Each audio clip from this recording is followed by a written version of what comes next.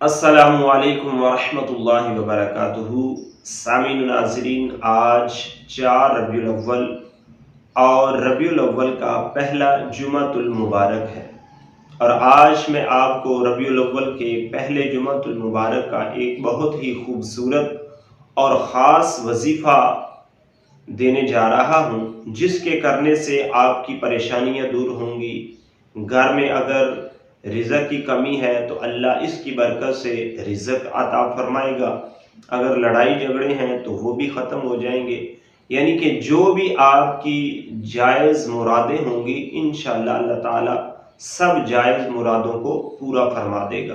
तो जुमातुल मुबारक वैसे भी बरकत दिन है, ये दिनों का सरदार दिन है। हदीस मुबारका की रूह से इसको दिनों का सरदार कहा गया है। तो इसलिए भी इस दिन की बरकत है, और इस दिन अगर वजीफ़ा किया जाए तो उसकी बरकत भी डबल हो जाती है। तो आइए हम अपने वजीफ़े की तरफ चलते हैं कि 4 रबीउल अव्वल बरोज़ जुमा रबीउल अव्वल के पहले जुमा का वजीफ़ा क्या है और किस तरह करना है। तो देखें, आप ये वजीफ़ा जुमे के दिन फजर के बाद भी कर सकते हैं, ज़ोहर के बाद यानी जुमे की नमाज के बाद, या नमाज असर के बाद। बेहतर यह है कि आप नमाज असर के बाद मगरिब से पहले पहले इसको कर लें, क्योंकि मगरिब के बाद जो है वो अगला रबीउल अव्वल की तारीख जो है वो शुरू हो जाती है इस्लामी लिहाज से।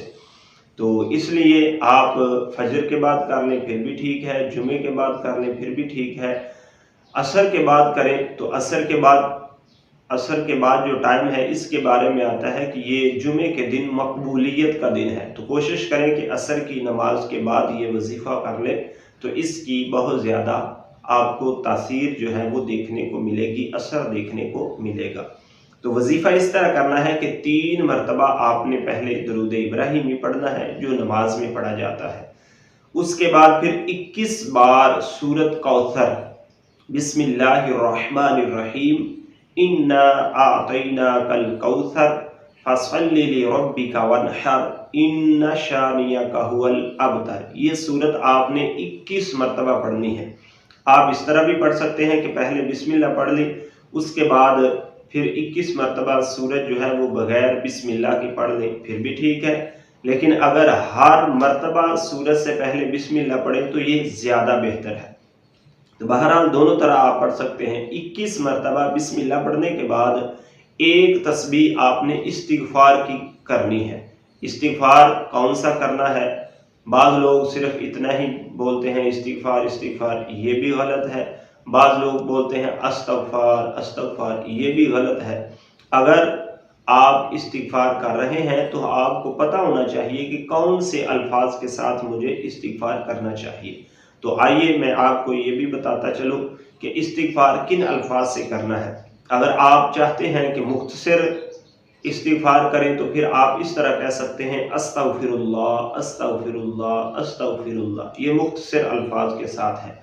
लेकिन अगर आप चाहते हैं कि इसका असर ज़्यादा हो, तासीर ज़्यादा मिले और अजर भी ज़्यादा मिले, तो आप इस तरह पढ़ सकते हैं अस्तग़फ़िरुल्लाह रब्बी मिन कुल्ली ज़ंबिन व अतूबु इलैह। दोबारा फिर समाप्त कर लें, अस्तग़फ़िरुल्लाह रब्बी मिन कुल्ली ज़ंबिन व अतूबु इलैह।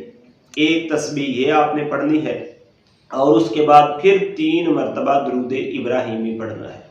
फिर 3 मरतबा दरूद इब्राहिमी पढ़ने के बाद आप अल्लाह तबारक व तआला की बारगाह में इस वजीफ़े की बरकत से, नबी रहमत सल्लल्लाहु अलैहि वसल्लम के वसीले से जो भी दुआ मांगेंगे, इंशाअल्लाह अल्लाह तबारक व तआला आपकी दुआ को कबूल फरमाएगा।